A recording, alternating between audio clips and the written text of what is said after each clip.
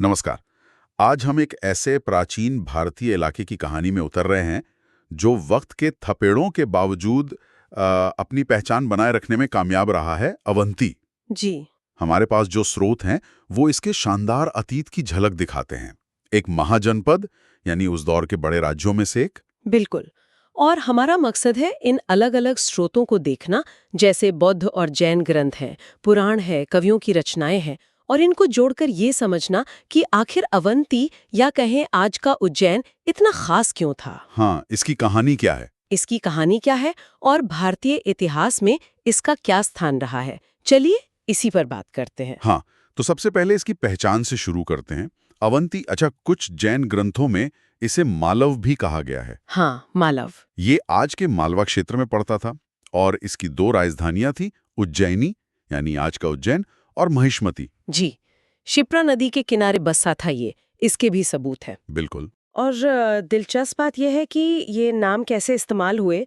जैसे गुप्त काल के मशहूर कवि कालिदास को देखें तो वो अवंती मतलब पूरे इलाके का नाम और उज्जैनी खास शहर का नाम दोनों का जिक्र करते हैं। अच्छा। तो इससे अंदाजा लगता है कि उनके समय तक ये नाम काफी हद तक सेट हो चुके थे।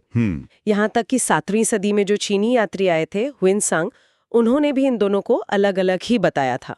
अच्छा, तो मतलब इलाके का नाम और शहर का नाम ये धीरे धीरे स्थापित हुए। ऐतिहासिक तौर पर देखें तो पुराण कहते हैं कि यदुवंशी क्षत्रियों ने इसे बसाया था। और जैसा आपने कहा, ये बौद्ध काल के 16 महाजनपदों में से एक गिना जाता है। जी बिल्कुल। अंगुत्तर निकाय में इसका जिक्र है।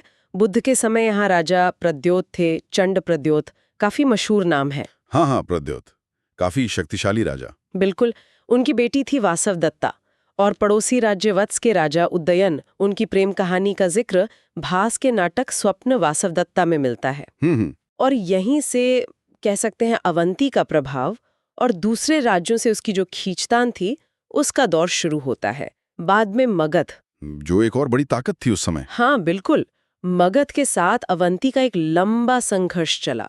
इसका पता हमें परिशिष्ट पर्वन जैसे ग्रंथों से चलता है। तो ये दो बड़ी शक्तियों की टक्कर चल रही थी, आखिर में क्या नतीजा निकला? देखिए, आखिर में लगभग 4वीं शताब्दी ईसा पूर्व आते आते मगध ने बाजी मार ली। अच्छा। और अवंती विशाल मौर्य साम्राज्य का हिस्सा बन गया और तब उज्जैनी को पश्चिम भारत में मौर्य साम्राज्य की प्रांतीय राजधानी बनाया गया। ओहो, तो ये दिखाता है कि ये जगह कितनी जरूरी थी मौर्यों के लिए भी। बिल्कुल बिल्कुल, पश्चिमी प्रांत की राजधानी बनना बड़ी बात थी। तो मौर्यों के बाद क्या हुआ? क्या उथल पुथल मची, कुछ अंदाजा है? हाँ बिल्कुल। मौर्यों के पतन के बाद अगले कई 100 सालों तक यहाँ अलग अलग शासकों का दौर रहा।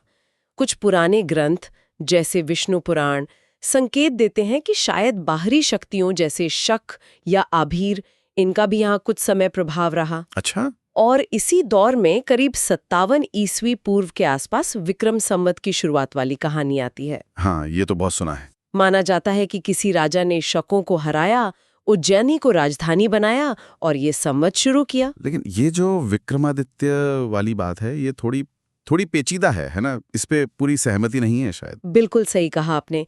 इस पर इतिहासकारों में काफी मतभेद है। कुछ मानते हैं कि 57 ईस्वी पूर्व में वाकई कोई विक्रमादित्य नाम के राजा थे, जबकि दूसरों का मानना है कि ये उपाधि है जो बाद में शायद गुप्त वंश के ज्यादा ताकतवर राजा जैसे चंद्रगुप्त द्वितीय, जिन्होंने शकों को निर्णायक रूप से हराया था, उनसे जोड़ी गई। अच्छा, तो शायद बाद में नाम बदला गया हो, मालव संवत का नाम विक्रम संवत कर दिया गया हो। ये भी एक संभावना है। खैर जो भी हो, गुप्त काल में चंद्रगुप्त द्वितीय, जिन्हें विक्रमादित्य भी कहते हैं, उन्होंने अवंती को फिर से अपने साम्राज्य में मजबूती से शामिल किया, ये पक्का है। और गुप्तों के बाद कहानी कहाँ जाती है फिर? गुप्तों के बाद अगर हम आगे बढ़ें तो करीब 9वीं-10वीं शताब्दी में परमार वंश का शासन आया यहाँ। परमार राजा भोज वाले? हाँ वही। हालांकि उन्होंने बाद में पास के धार शहर को अपनी राजधानी बना लिया था, लेकिन मध्यकाल में एक बहुत बड़ा मोड़ आया। क्या हुआ? 13वीं सदी में दिल्ली के सुल्तान इल्तुतमिश ने उज्जैन पर हमला किया और यहाँ के प्राचीन महाकाल मंदिर को बहुत भारी नुकसान पहुंचाया, उसे लगभग नष्ट ही कर दिया। ओहो, इतनी तबाही? जी। और इसके बाद आप देखें तो लगभग 500 सालों तक यहाँ मुस्लिम शासकों का नियंत्रण रहा। तो क्या शहर फिर से उठ खड़ा हुआ? मंदिरों का क्या हुआ? हाँ, ये देखिए, यही इतिहास का पहिया है। 18वीं सदी में मराठों का दौर आया। करीब 1750 के आसपास यहाँ सिंधिया राजवंश का शासन स्थापित हुआ। अच्छा, सिंधिया। हाँ, और उज्जैन कुछ समय के लिए मतलब 1810 तक उनकी राजधानी भी रहा। बाद में वे ग्वालियर चले गए। और मराठा काल में ही ये महत्वपूर्ण है कि महाकाल मंदिर जैसे कुछ पुराने मंदिरों का जीर्णोद्धार किया गया, उन्हें फिर से बनवाया गया। अच्छा। तो आज जो हम महाकाल मंदिर का भव्य रूप देखते हैं वो उसी दौर का है। हाँ, जो आज का मुख्य ढांचा है वो मराठा काल में ही बना है। और ये मंदिर आज भी बहुत महत्वपूर्ण है। शिव के 12 ज्योतिर्लिंगों में से एक माना जाता है। जी बिल्कुल। इसके अलावा भी देखें तो राजा भर्तृ की गुफाएं हैं, सवाई जयसिंह द्वितीय की बनवाई वेधशाला मतलब जंतर मंतर है। ये सब यहाँ के लंबे और परतदार इतिहास की गवाही देते हैं। सही बात है। और सिर्फ राजनीतिक केंद्र ही नहीं, ये हमेशा से एक बड़ा धार्मिक और सांस्कृतिक केंद्र भी रहा है। पुराने जैन ग्रंथों में भी इसके किस्से मिलते हैं। तो कुल मिलाकर अवंती या उज्जैन की कहानी सिर्फ राजाओं और लड़ाइयों की कहानी नहीं है। ये शहर तो अपने आप में इतिहास की कई परतें समेटे हुए लगता है। बनते बिगड़ते साम्राज्य, टूटते जुड़ते मंदिर और एक पहचान जो बदलती भी रही और बनी भी रही। बिल्कुल सही कहा। और ये सोचने पर भी मजबूर करता है कि किसी जगह की पहचान आखिर बनती कैसे है। क्या सिर्फ ऐतिहासिक सच्चाइयों से या लोगों में जो किंवदंतियां चली आ रही हैं जैसे विक्रमादित्य की कहानी उनसे, या फिर वक्त के साथ जो नाम बदलते हैं उनसे? ये एक दिलचस्प सवाल है। शायद इस पर हमारे श्रोता भी आगे थोड़ा सोच विचार करना चाहें। गुजारिश है, अगर वीडियो अच्छी लगी हो तो लाइक करें, शेयर करें और सब्सक्राइब जरूर करें। और हाँ, बेल आइकॉन दबाना ना भूलें। हाँ, ताकि नए वीडियो सबसे पहले आप तक पहुंचे।